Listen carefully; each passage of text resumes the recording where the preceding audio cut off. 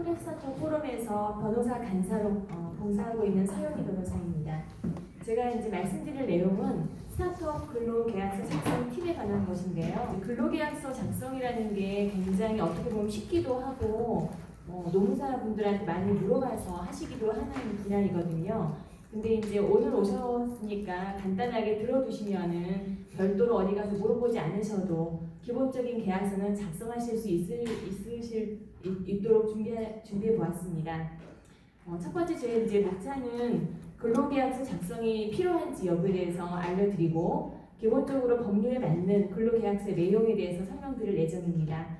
그리고 3, 4, 5번 같은 경우에는요, 이제 기본적인 근로계약서 외에 대표님들이나 노무 담당자분들께서 알고 계시면은 추후에 기업에 좋은 이익이 되실 수 있는 조항들입니다. 이에 대해서 판례를 곁들여서 설명드릴 예정이고요. 또 6번 조항 같은 경우에는 최근에 근로기준법이 개정되면서 직장 내 괴롭힘을 금지하는 규정이 신설되었습니다.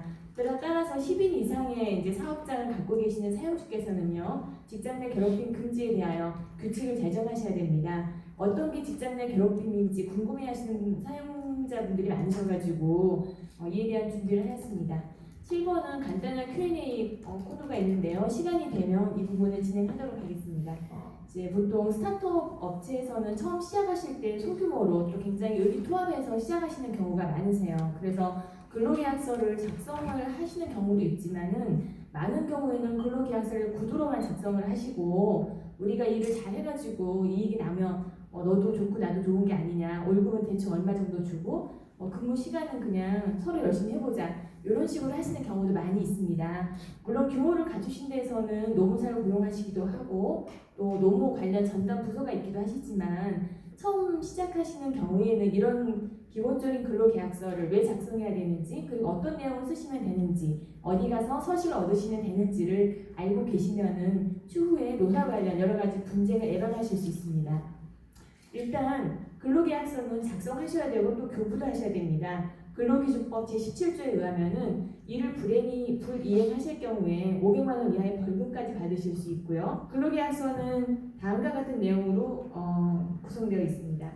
여기서 이제 비슷한 개념으로 취업 규칙과 단체 협약 같은 것들이 나오시는데요. 여기서는 간단히 취업 규칙과 근로계약서는 서로 동등한 거로 근로자에게 유리한 조건이 우선된다는 말씀을 드리고요. 단체 협약과 근로계약서는 단체 협약이 무조건 우선됩니다. 단체 협약의 어떤 근로조건에 대해서 불리한 내용이 있다 할지라도 근로계약서보다 단체 협약이 우선되심을 알고 계시면 되겠습니다. 근로계약서 작성하실 때 고려할 법률이 사실 많습니다. 하지만 이런 부분을 다 일일이 알긴 어려우실 테니까 구체적인 작성 내용으로 들어가 있습니다. 인터넷 찾으시면은 표준 근로계약서 이렇게 찾으시면은 고용복지부, 고용노동부 사이트에 들어가시면 나오십니다. 여기에는 한 5가지 정도의 표준 근로계약서가 있는데요. 그 중에서 지금 제가 예시로 들고 있는 거는 기간이 없는 것입니다. 기간이 없다는 얘기는 정기직이라는 이야기가 되겠습니다. 첫 번째로 이제 A와 B는 다음과 같은 조건으로 근로계약을 체결한다라는 일반적인 조항을 넣으시면 되고요. 자, 첫 번째로 근로 개시일에 대해서 작성하셔야 됩니다.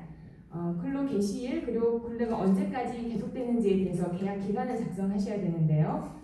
정규직은 근로 개시일만 규정하시면 되고요. 기간제 근로자는 몇 년 몇 월 며칠부터 몇 년 몇 월 며칠까지라고 계약 기간을 명시하셔야 됩니다. 만약에 기간제 근로자인데 계약 기간을 명시하지 않으시면 기간이 끝나고 나서 근로계약 종료로 더 이상 근무하지 않게 되더라도 나중에 부당해고라든가 이런 문제로 신고당하실 수가 있기 때문에 중요한 부분이 되겠습니다. 또한 가끔씩 스타트업에서는 수습 인턴들을 채용하시는 경우가 많은데요. 인턴을 채용하실 때도 수속 기간을 명시하셔야 됩니다. 수속 기간을 명시하지 않고 구두로만 채용을 하시게 되시면은 나중에 그 수속 채용 기간 동안 인턴이 능력이나 태도 같은 게 좀 우리 사업장에는 맞지 않다 싶어서 더 이상 채용을 하지 않겠습니다 라고 하시는 경우에 나중에 또 부당해고다 이런 식으로 진정이 들어가실 수가 있기 때문입니다. 두 번째는 근무 장소를 명시하셔야 되고요. 세 번째는 업무의 내용을 명시하셔야 되는데 저희 스타트업 같은 경우에는 업무의 내용이 굉장히 다양하실 수가 있습니다. 한 가지 업무만 맡기기 어려우시잖아요. 그럼 약간 포괄적으로 작성하셔도 상관이 없겠습니다. 그리고 네 번째부터는 소정 근로시간과 근무일, 임금 등에 대해서 작성을 하셔야 되는데요. 근로시간에 대해서 간단히 개념만 설명드리겠습니다. 이런 것들을 아주 자세히 하실 필요는 없고요. 그냥 이런 게 있다는 정도로만 생각하시면 됩니다. 근로시간은 일단 그 법정 근로시간이 일주 40시간이고 하루에 8시간으로 규정되어 있습니다. 이런 경우에는 휴게 시간을 또 주셔야 되는데요. 근로시간 4시간당 30분 이상 주셔야 되고 8시간 이상인 경우에는 1시간 이상을 의무적으로 부여하셔야 됩니다. 또 연장 근로라고 하는 것은 이러한 법정 근로시간 이상의 근로시간을 말을 합니다. 그렇기 때문에 이제 근로시간이 중요해지는 건데요. 당사자 합의에 의해서 연장 근로를 할 수 있지만 그 시간이 일주일에 12시간이라는 한도가 있습니다. 그리고 휴일 근로, 이거는 법정 휴일이나 단체 협의 악취업 규칙상에서 약정 휴일로 포함한 날들에 근로를 하는 경우를 말을 합니다. 야간 근로가 있겠는데요. 밤 10시부터 다음날 아침 6시까지 의미합니다.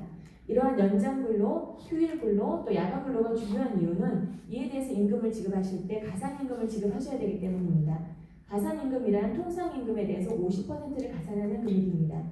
또 한 가지 이제 최근 이슈가 있는데요. 휴일 내에 연장 근로를 했다. 이런 경우에는 휴일 근로로 50% 가산, 연장 근로로 50% 가산인가 하는 의문이 생기실 수가 있어요. 최근에 대법원에서 결정이 나왔는데 그냥 둘 중에 한 가지로만 가산을 하시면 됩니다. 이제 임금이라고 하는 것이 있는데 임금이 그냥 다 임금이 아니고 두 가지 종류의 임금이 있습니다. 평균 임금과 통상 임금이라는 것은 나중에 이거를 급여를 체계를 결정하실 때 전문가의 도움을 좀 받으시면 되는 부분입니다. 네, 이제 이게 왜 중요하냐면은 평균 임금은 퇴직금의 기준이 되기 때문이고요. 휴업수당과 퇴직금의 기준은 평균 임금입니다. 평균 임금이라고 하는 것은 어떤 근로자가 퇴직하기 전에 그 사유가 발생한 날 이전에 3일 동안 그 근로자에게 지급된 모든 임금의 총액을 그 기간으로 나눈 금액입니다. 그리고 통상임금이라고 하는 것은 근로자에게 지급된 금액이긴 한데 근로의 대가로 지급된 금액이긴 한데 그 금액이 정기적, 일률적, 고정적으로 지급되어야 합니다. 또한 통상임금은 해고 애고수당이나 연장, 야간, 휴일 근로수당 같은 가산임금의 기준이 되기 때문에 두 임금의 차이가 있습니다. 예를 들어 명절에 상여금을 주신다. 그게 이제 통상임금에 들어가느냐? 통상임금에 들어가서 내가 나중에 이 사람을 해고할 때 해고 애고수당을 더 많은 금액을 기준으로 해서 줘야 되느냐 하는 궁금증이 생기실 수가 있을 거예요. 근데 명절 상여금 같은 경우는 만약에 그 사람이 항상 받을 수 있다. 예를 들어 명절 전에 퇴직을 해도 상여금을 준다고 하면은 통상임금입니다. 그게 바로 정기적, 일률적, 고정적으로 지급하는 의미고요. 근데 이 사람이 명절에 퇴직을 하고 없다. 그럼 이 사람에게 주지 않는다. 재직한 경우에만 주는 상여금이다. 이렇게 되시면은 이거는 어떤 추가 조건, 재직이라는 추가 조건을 충족해야만 지급하는 임금이기 때문에 상여금은 통상임금에 해당하지 않습니다. 또 복지 포인트 이런 거에 대해서도 요즘에 논란이 많은데요. 회사에서 이제 근로자의 복지를 위해서 포인트 제도를 주고 있는데요. 이게 통상임금에 해당되느냐 하는 거는 케이스 바이 케이스입니다. 근데 보통은 포인트 제도는 사용하지 않으면 이용되지 않고 그에 소멸되기 때문에 통상임금에 해당하지 않는 것으로 봅니다. 그리고 이제 연차 유급 휴가가 있습니다. 1년간 80% 이상 출근한 근로자에게는 15일간의 유급 휴가를 주셔야 되고요. 1년 미만을 근로한 경우에는 80% 미만으로 출근하는 경우에는 1개월을 개근했을 때 1일이 생깁니다. 1년을 80% 이상 출근하고 그 다음에부터는 근로자에게 직전 연도에 그 1개월을 동안 개근했으니까 1개월당 1일씩 해서 11일의 유급 휴가와 그 다음에 15일의 유급 휴가 총 26일의 유급 휴가가 생깁니다.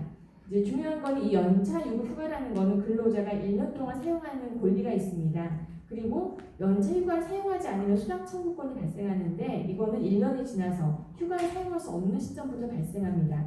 근로자가 연차 휴가권을 취득을 했다. 그런데 이를 사용하기 전에 퇴직한 경우가 발생합니다. 이럴 경우 이 부분을 어떻게 처리해야 되느냐 하는 문제가 발생하게 되는데요. 미사용 연차 휴가 일수에 상응하는 수당 청구권이 발생하기 때문에 사용주께서는 이에 대해서 지급을 하셔야 됩니다. 또한 이러한 연차 유급 휴가에 대해서는 정규직이 아닌 기간제, 파견 근로자한테도 동일하게 적용해 주셔야 되고요. 또 여성이 육아휴직을 하거나 남성이 육아휴직을 하는 경우도 출근으로 간주되므로 그 다음에 연차 휴가를 보장해 주셔야 됩니다. 앞으로 돌아가서 이제 그 근로계약서를 마지막으로 이제 살펴보겠습니다. 지금까지 설명드린 대로 소정 근로시간은 아까 일주 40시간 이렇게 하시고 휴게 시간 결정하시면 되고요. 근무일과 휴일도 결정을 하셔야 되는데 근로기준법상 주휴일을 매주 1일을 줘야 돼요. 그래서 그거를 무슨 요일로 할 것인가를 결정하셔야 되고요. 또 여기 이제 나와 있는 표준근로계약서상 내용은 법적으로 아주 기본적으로 쓰셔야 되는 내용입니다. 또 임금을 결정하셔야 됩니다. 임금은 월급이나 시간급이나 뭐 1급으로 하실 수 있고요. 근데 이 경우에는 지키셔야 되는 것이 최저임금입니다. 2019년 최저임금이 8,350원을 알고 있는데 여러 가지를 포함한 금액에서 시간급여가 이보다 저가인 경우에는 최저임금법 위반이 됩니다.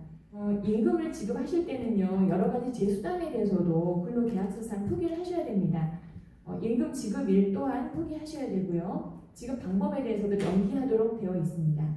그리고 7번 항목은 연차유급 휴가를 방금 설명드렸는데 그 기준에 따라 부여함이라고 부기하시면 이제 자동으로 이제 생성이 됩니다. 그리고 이제 사회보험 적용 여부인데요. 이 4대 보험은 그 근로자가 4인 이하인 사업장에서도 반드시 사업주가 들어주셔야 되는 보험입니다. 그리고 이제 근로계약서 교부 의무가 있으므로 이 항목을 넣어서 교부하였다는 확인을 받으셔야 되고요.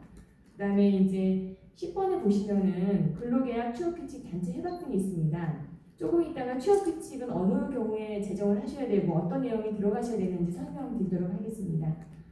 그래서 이제 아래쪽에 사업주 이렇게 사업체명, 전화번호, 주소, 대표자 서명을 하시고 근로자는 주소와 연락처와 서명을 받으시는데요. 사실 이 근로자에 대한 개인정보는 최근에 개인정보보호법에 의해서 필요하지 않은 부분은 수집할 수가 없습니다. 그래서 마지막 챕터에서 개인정보 보호에 관해서도 설명드리도록 하겠습니다. 이거는 이제 중요하진 않지만 간단히 설명드릴게요. 왜냐하면 이제 보통은 5인 이상 사업장이 많으시지만 4인 이하의 경우에도 근로기준법이 적용되는 경우가 있습니다. 이 근로계약서 체결해야 된다는 거라든가 뭐 최저임금이라든가 이런 거는 적용이 되시고요.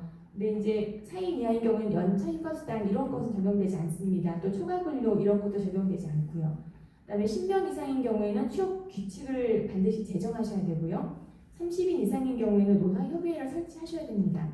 이때 상시라고 하는 경우에 그 파견 근로자는 제외된다는 것만 참고하시면 되겠습니다.